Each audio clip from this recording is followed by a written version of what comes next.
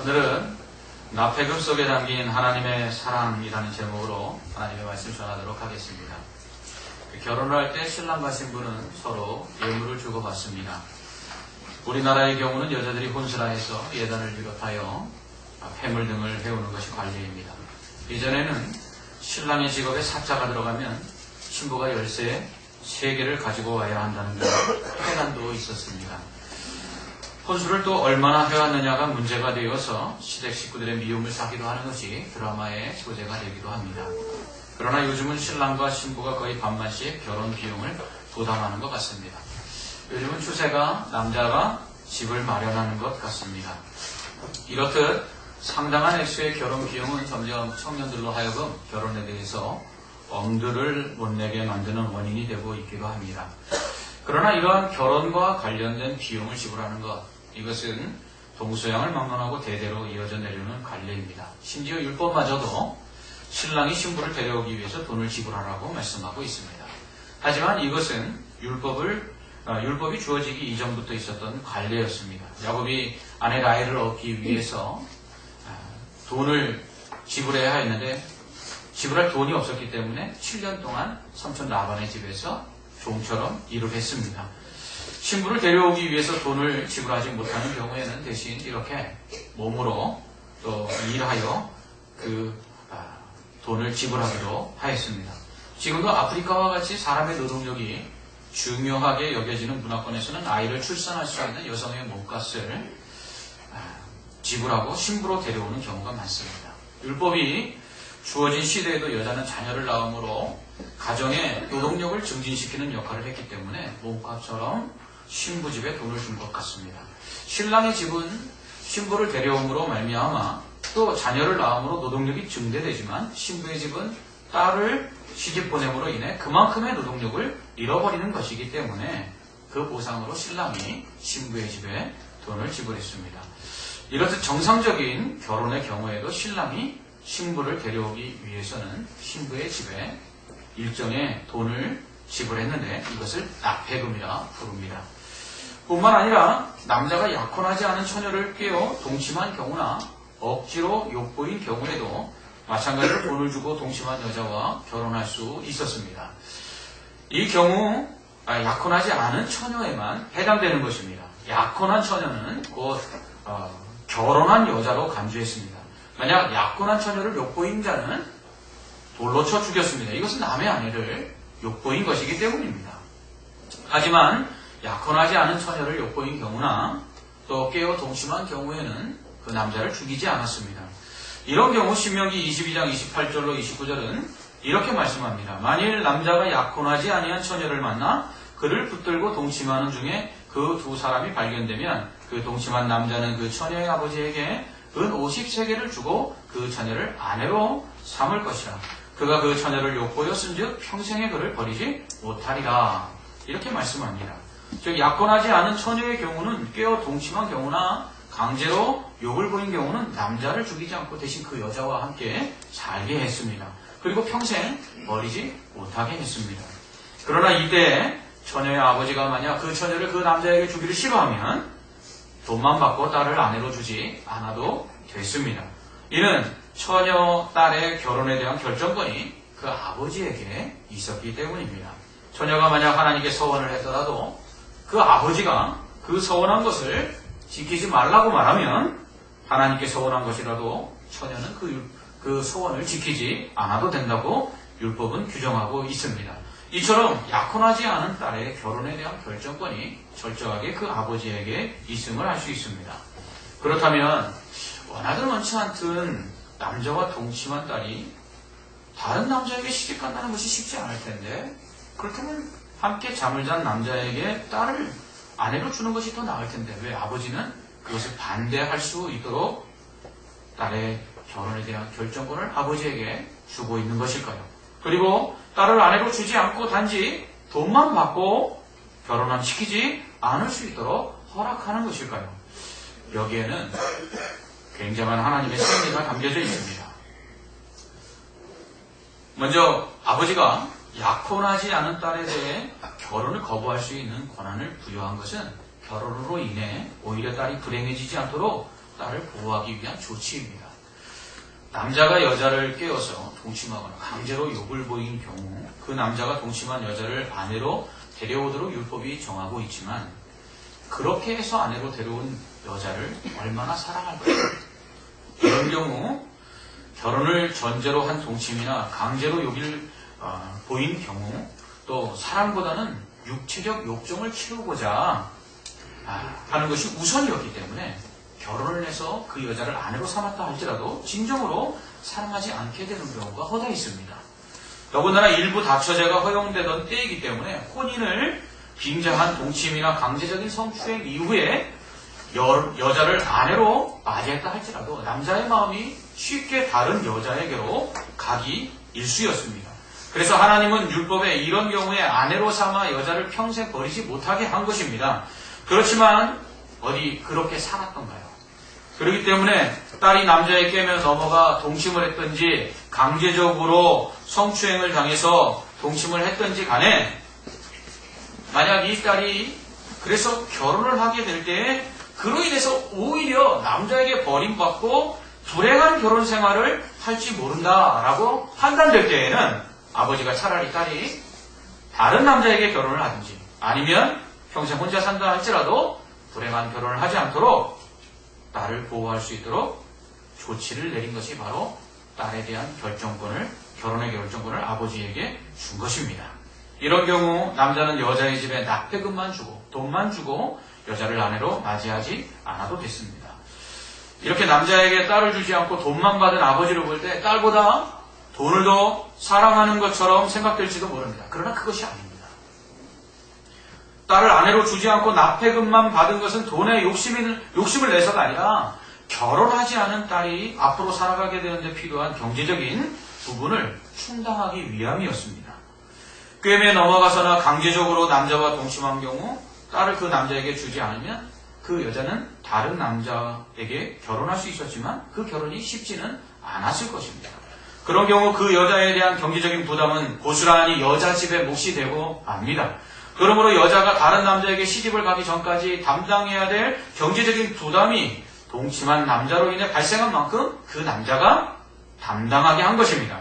이때 남자가 여자 집에 주는 납폐금은 여자와 동침함으로 인해 몸값을 준 것이 아니라 그로 인해서 발생하게 될 여자와 그 여자의 집에 임할 경제적인 어려움에 대하여 보상한 것입니다. 당시 결혼을 한 여자의 일생을 책임지는 것입니다. 이런 오늘날로 말하면 결혼은 배우자가 서로에 대해 일생을 책임지는 것을 의미합니다. 하지만 살다 보면 그러지 못할 때가 있지요. 이혼을 하거나 사별하는 경우도 발생하게 됩니다. 구약시대 때는 이렇게 남편과 이혼한 여자나 남편과 사별한 여자는 아버지 집, 곧 친정으로 돌아갈 수 있었습니다. 롯의 경우 그 남편이 죽자 시어머니 나오미가 며느리 롯을 불러서 어떻게 합니까? 친정으로 돌아가라. 모압으로 돌아가라라고 말합니다. 이혼이나 사별한 경우 여자는 다시 재혼할 수 있었습니다. 그러나 이혼이나 사별로 인해서 친정으로 돌아온 여자는 친정 식구들에게 경제적인 부담이 될 수밖에 없었습니다. 이런 경우를 대비해서 납폐금을 신랑이 준 것입니다. 이처럼 납폐금은 딸을 시집 보낸 대가로 받는 몸값이 아닙니다. 딸을 시집 보냄으로 인해 처하게 될 신부집의 경제적인 손실을 보충하고 차후 혹시 모를 이혼이나 사별로 인해 홀로 된 여자나 그 친정 식구들이 당하게 될 경제적인 부담을 덜어주기 위해서 내는 돈이었습니다. 그러므로 자식의 결혼을 통해 한몫 챙기려는 것은 잘못된 것입니다. 납폐금은 그런 용도로 주고받은 것이 아닙니다. 납폐금은 바로 결혼을 통해 어려워질 신부집의 경제적인 손실을 보충하기 위해서 준 것입니다. 납폐금은 엄밀히 따져보면 그것은 구제에 해당하는 것입니다. 나아가 이혼이나 사별로 인해 친정으로 돌아온 딸과 그로 인해 친정 식구들이 겪게 될 경제적 부담을 줄여주기 위한 차원에서 신랑이 신부집에 준 것입니다. 이런 면에서 본다면 납폐금은 신부의 몸값이 아니라 결혼이나 이혼, 사별로 인해 발생하게 될 여자와 그 가족들에 대한 생계 지원 대책이었던 것입니다. 결혼을 통해서 양가는 경제적 어려움에 처하지 않도록 하라고 성경은 말하고 있습니다. 납폐금이 50세겔 이하였으니까 그것을 지불하고 나면 신랑의 집이 경제적으로 어려워질 정도는 아니었습니다. 그 정도로 무리가 되는 돈은 아니었습니다. 그러므로 납폐금은 결혼을 통해 신랑의 집이나 신부의 집이나 모두 어려워지지 않는 한에서 최소한의 서로 경제적인 어려움을 당하지 않도록 하는 안전장치임을 할 수 있습니다. 우리나라는 결혼에 드는 비용이 점점 커지고 있습니다. 그래서 결혼 적령기의 자녀를 둔 부모님들은 경제적인 면에서 부담을 느끼고 있습니다. 성경은 이러지 말라는 것입니다. 사돈이 될 서로의 집의 경제적인 사정을 고려하여 결혼 이후에 경제적인 어려움을 겪지 않도록 그렇게 하라고 성경은 말씀하고 있습니다. 예전 교회에서 어떤 분이 자녀가 결혼하면서 사돈 댁에서 많은 예단과 예물을 혼수로 보내왔다고 자랑하는 것을 들은 적이 있습니다. 저야 결혼하면서 아무것도 가지지 않고 그냥 우리 셋씨가 다 해오는 것 때문에 이렇게 결혼할 수 있었던 처지라 그 이야기를 들으면서 기가 죽었습니다. 하지만 성경은 이렇게 하지 말라는 것입니다. 이것은 이웃을 사랑하는 것이 아니기 때문입니다. 결혼할 상대 배우자의 집이 결혼으로 인해 경제적 어려움에 처해지지 않도록 배려하는 것부터가 이웃 사랑의 실천이라는 것입니다. 흔히 남녀가 부모를 떠나 한 몸이 되라는 말씀이 결혼 이후 부모에 대한 부양 의무에서 면제되는 것처럼 생각하는 경향들이 있습니다. 그런데 절대로 아닙니다. 우리나라는 시댁의 경제적 어려움은 당연히 아들이 부담해야 하는 것으로 생각하지만 친정의 경제적 어려움은 딸의 몫이 아닌 것처럼 생각하는 경향이 있습니다. 이 또한 성경이 말씀하고 있는 바가 아닙니다. 아들이나 딸이나 모두 시댁이든 친정이든 경제적인 어려움 속에 처해 있다면 도와야 합니다. 납폐금은 딸을 시집 보낸 이후 노동력 상실로 인해 어려워질 신부집에 대한 경제적 그 어려움, 곤란을 보충하기 위해서 준 것입니다. 그러므로 결혼 이후 신부집이 경제적으로 어려워진다면 그런 경우 신부집에 대한 경제적 부양 책임이 신랑에게 있었던 것입니다. 당시에는 남자에게 경제력이 집중되어 있었습니다. 땅을 남자가 분배받았기 때문입니다. 그러므로 납폐금은 결혼을 통해 경제적으로 어려움에 처한 처가에 대한 부양 책임을 신랑에게 담당시키고 있는 것입니다. 이는 경제적으로 어려운데 가족도 돌아보지 않으면서 가난한 이웃을 돌아본다는 것은 위선이라고 성경이 말하고 있는 것입니다. 그러므로 납폐금은 혼수가 아닙니다. 여자에 대한 몸값이 아닙니다. 딸을 시집 보내면서 한몫 잡으려는 신부집의 의도가 포함되어 있는 것이 아닙니다. 납폐금은 사랑입니다. 당시 결혼하지 않은 여자는 아버지 집에 거하며 경제적인 문제를 해결했습니다. 결혼한 경우는 남편을 통해 경제적인 문제를 해결했습니다. 그러나 결혼하지 않은 처녀나 이혼을 당한 여자, 그리고 사별하여 과부가 된 여자들은 아버지가 살아계시다면 괜찮지만 친정에 머물면서 경제적인 어려움을 해결할 수 있었지만 그렇지 못한 경우, 아버지가 죽은 경우 돌아갈 친정이 없었기 때문에 처녀나 또한 이혼한 여자나 또한 사별한 과부는 경제적인 어려움을 겪을 수밖에 없었습니다. 구약시대에는 이혼한 경우 여자들에게 이혼 증서를 써주는 것이 전부였습니다. 그러니 이혼한 여자나 사별로 인해 과부가 된 여자들은 경제적으로 곤란을 겪는 빈민층으로 전락하고 말았습니다. 그래서 하나님은 율법에 추수 때에 밥 모퉁이를 다 베지 말고 남겨두라고 했습니다. 포도원에 포도를 다 따지 말라고 하셨습니다. 떨어진 이삭을 줍지 말라고 하셨습니다. 추수하여 묶어놓은 단이라도 잊어버리고 놓고 왔다면 다시 돌아가서 가져오지 말라고 하셨습니다. 왜요? 이것은 과부와 같은 가난한 자들의 몫이기 때문이었습니다.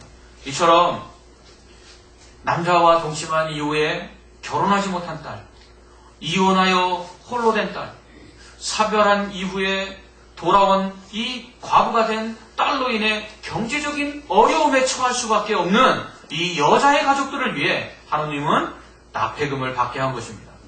여기서 우리는 다시금 결혼할 때 신랑의 집에 신랑이 주는 납폐금은 신부의 몸값도 아니요 혼수도 아니라는 사실을 알 수 있습니다.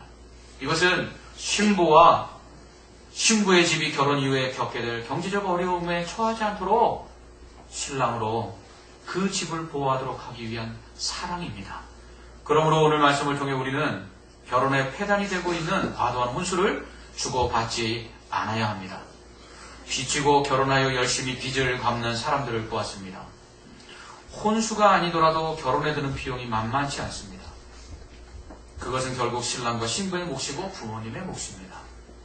신랑이 신부를 사랑하고 신부가 신랑을 사랑한다면 결혼으로 인해 양가나 당사자들 모두 경제적인 어려움을 겪도록 해서는 안 됩니다. 하나님은 이것은 사랑이 아니라고 말합니다. 혼수로 사랑을 측정할 수 있습니까? 예단으로 신부가 시부모님과 시댁 식구들에 대한 사랑을 나타내는 것입니까? 아닙니다.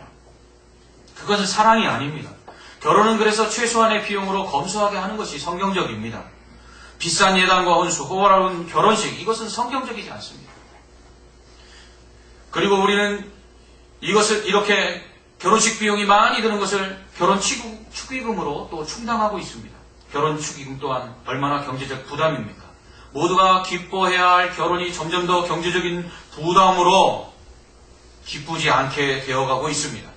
결혼을 시키는 부모나 결혼을 해야 되는 당사자들이나 또한 축하하는 하객들까지 경제적인 부담으로 결혼식이 기쁘지 않게 되고 있습니다. 이 축하받고 기뻐해야 될 결혼식이 왜 점점 이렇게 되고 있습니까? 성경은 이렇게 말씀합니다. 그렇게 하지 말라고. 결혼을 통해 얼마나 많은 예단과 혼수를 받았느냐는 자랑거리가 아닙니다.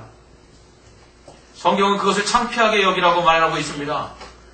그렇게 많은 예단을 받음으로 상대 사돈댁에 경제적인 부담을 준 것은 이웃에 대한 사랑이 아니기 때문이라고 성경은 말합니다. 또한 우리는 결혼을 통해 남자가 한 여자의 일생과 그리고 여자의 가족이 당하는 경제적 어려움에 대한 책임이 있음을 알 수 있습니다. 이것은 오늘날로 말하면 남자나 여자 모두 공이 다 해당하는 것입니다. 결혼한 후 남자나 여자는 그 양가가 겪는 경제적인 부분에 대하여 담당해야 될 뿐만 아니라 더 나아가서 이혼 이후나 또 사별 후에 경제적으로 겪을 어려움까지도 담당해 주어야 한다는 것입니다.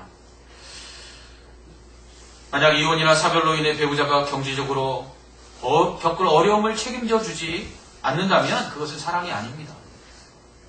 그래서 위자료가 생긴 것입니다. 세상 법에도 위자료가 있는 이유는 사랑하는 사람, 사랑했던 사람에 대한 경제적인 어려움들을 책임져 주도록 하기 위함인 것입니다.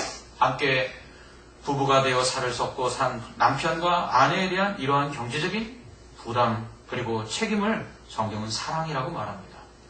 하나님은 남편과 아내가 서로 끝까지 사랑하라고 말씀합니다. 하나님이 짝지어 주신 것을 사람이 나누지 못한다라고 말씀하십니다. 그러나 부득이하게 이혼을 하거나 사별을 하는 경우가 생길 수밖에 없습니다. 이럴 때에도 하나님은 서로에 대해 경제적인 책임을 져줌으로써 사랑하라라고 말씀하고 있습니다. 이처럼 납폐금에는 아내에 대한 사랑과 나아가 아내의 부모와 가족에 대한 사랑이 담겨 있습니다. 그렇기에 납폐금은 결혼이 부담이 아니라 사랑하는 사람에게 달려가도록 하는 사랑의 선물이었습니다. 이삭의 아내를 구하기 위해서 아브라함이 종을 바단 아람으로 보냅니다. 아브라함의 종은 그곳에서 리브가를 만나 가진 폐물을 그 아버지와 그 오빠에게 줍니다. 그리고서는 이제 리브가를 데리고 아브라함에게로 돌아가려고 합니다.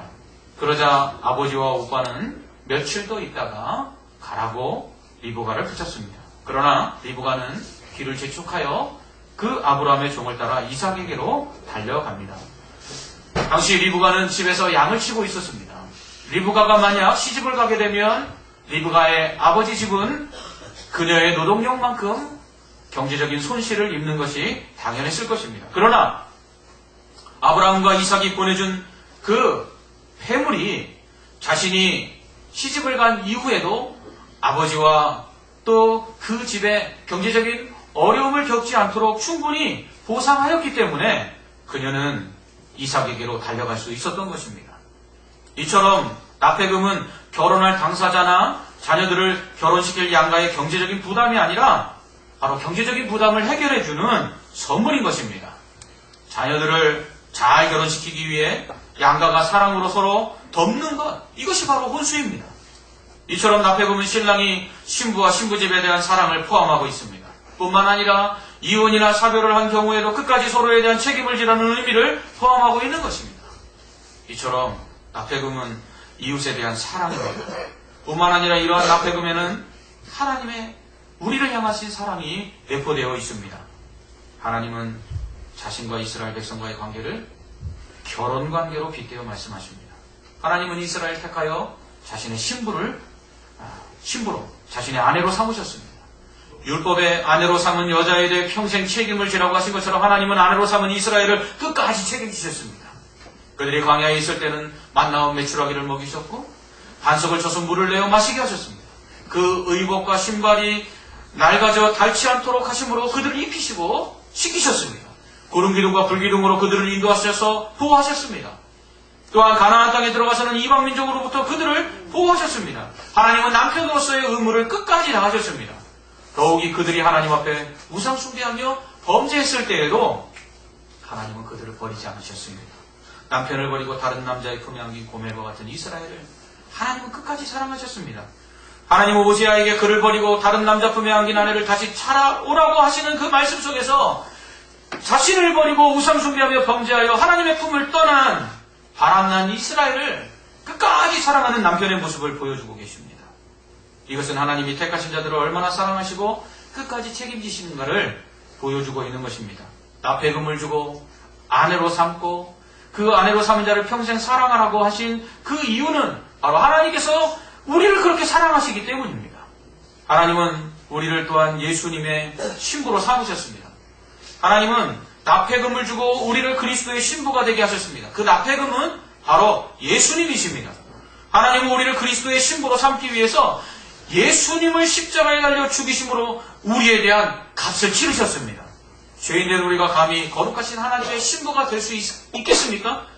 만약 우리가 하나님의 거룩한 신부가 되기를 원한다면 얼마만큼의 지참금을 내야 할까요? 아마 세상 모든 것을 다 지참금으로 낸다 할지라도 우리가 하나님의 신부가 될 수 없었을 것입니다. 그러나 오히려 하나님은 이 쓸모없고 이 더럽고 이 추악한 우리들을 그리스도의 신부, 하나님의 신부로 삼기 위해서 하나밖에 없는 독생자를 예수 그리스도를 십자가에 내어주심으로 우리에 대한 납배금을 지불하시고 우리를 신부로 삼으셨습니다. 이 얼마나 놀라운 은혜입니까? 또한 납배금이 여자와 그 가족의 일생을 책임지듯이 우리를 그리스도의 신부가 되도록 하나님께서 지불하신 그 예수 그리스도로 말미암아 우리의 영생을 주심으로 우리의 영혼을 책임져 주셨습니다. 납배금으로 지불된 예수님은 우리를 평생에 하나님의 사랑에서 끊을 수 없게 했습니다. 로마서 8장 39절은 높음이나 기쁨이나 다른 어떤 피조물이라도 우리를 우리 주 그리스도 예수 안에 있는 하나님의 사랑에서 끊을 수 없다라고 말씀합니다. 납배금으로 지불된 예수님은 우리를 영원한 하나님의 신부가 되어 그 사랑 안에 거하며 그 영원하신 사랑을 받도록 해주셨습니다. 납배금을 주고 데려온 아내, 그래서 평생 사랑하라는 것입니다. 원치 않는 동침이나 강제적인 동침을 한 경우에도 끝까지 책임지라고 하신 것은 하나님이 우리를 그렇게 사랑하셨기 때문입니다.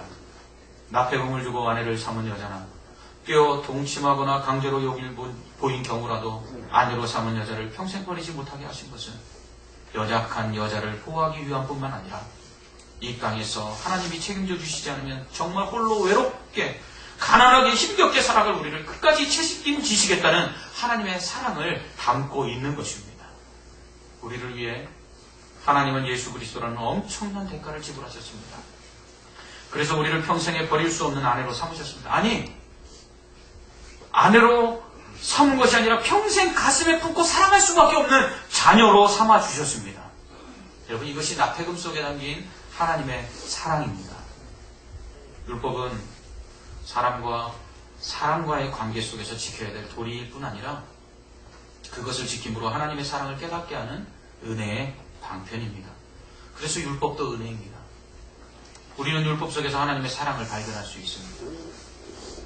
겉으로는 사람을 사랑하는 것 같은데 그 안에는 하나님의 사랑이 담겨져 있는 것입니다. 남편은 아내를 사랑할 때 하나님께서 자신을 얼마나 사랑하시는지를 알 수 있습니다. 아내 역시 남편을 사랑할 때 하나님께서 얼마나 그 자신을 사랑하는지 깨달을 수 있습니다. 아내나 남편을 사랑한다면 아내나 남편의 부모님과 그 형제들의 경제적인 어려움을 돌아보아야 합니다. 그렇지 못하면서 다른 이웃의 경제적인 어려움을 돌아볼 수 있습니까? 없습니다. 만약 그렇다면 그것은 위선입니다. 아프리카의 어느 부족은 총각이 장가를 가려면 결혼 지참금으로 소 한 마리를 내야 한다고 합니다. 이 마을에 한 못생긴 처녀가 있었습니다. 청혼하는 총각이 없었습니다.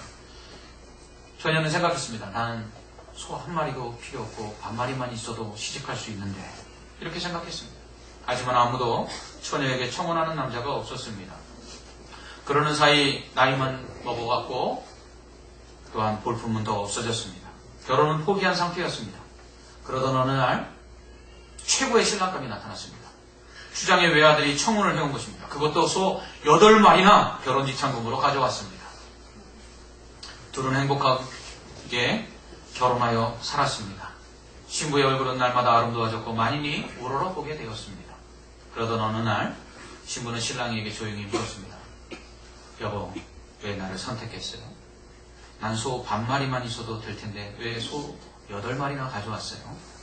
그러자 신랑은 또렷하고 분명한 목소리로 이렇게 대답했습니다. 사랑하니까. 그렇습니다. 사랑하면 하늘의 별도 달도 다 따다줄 수 있습니다.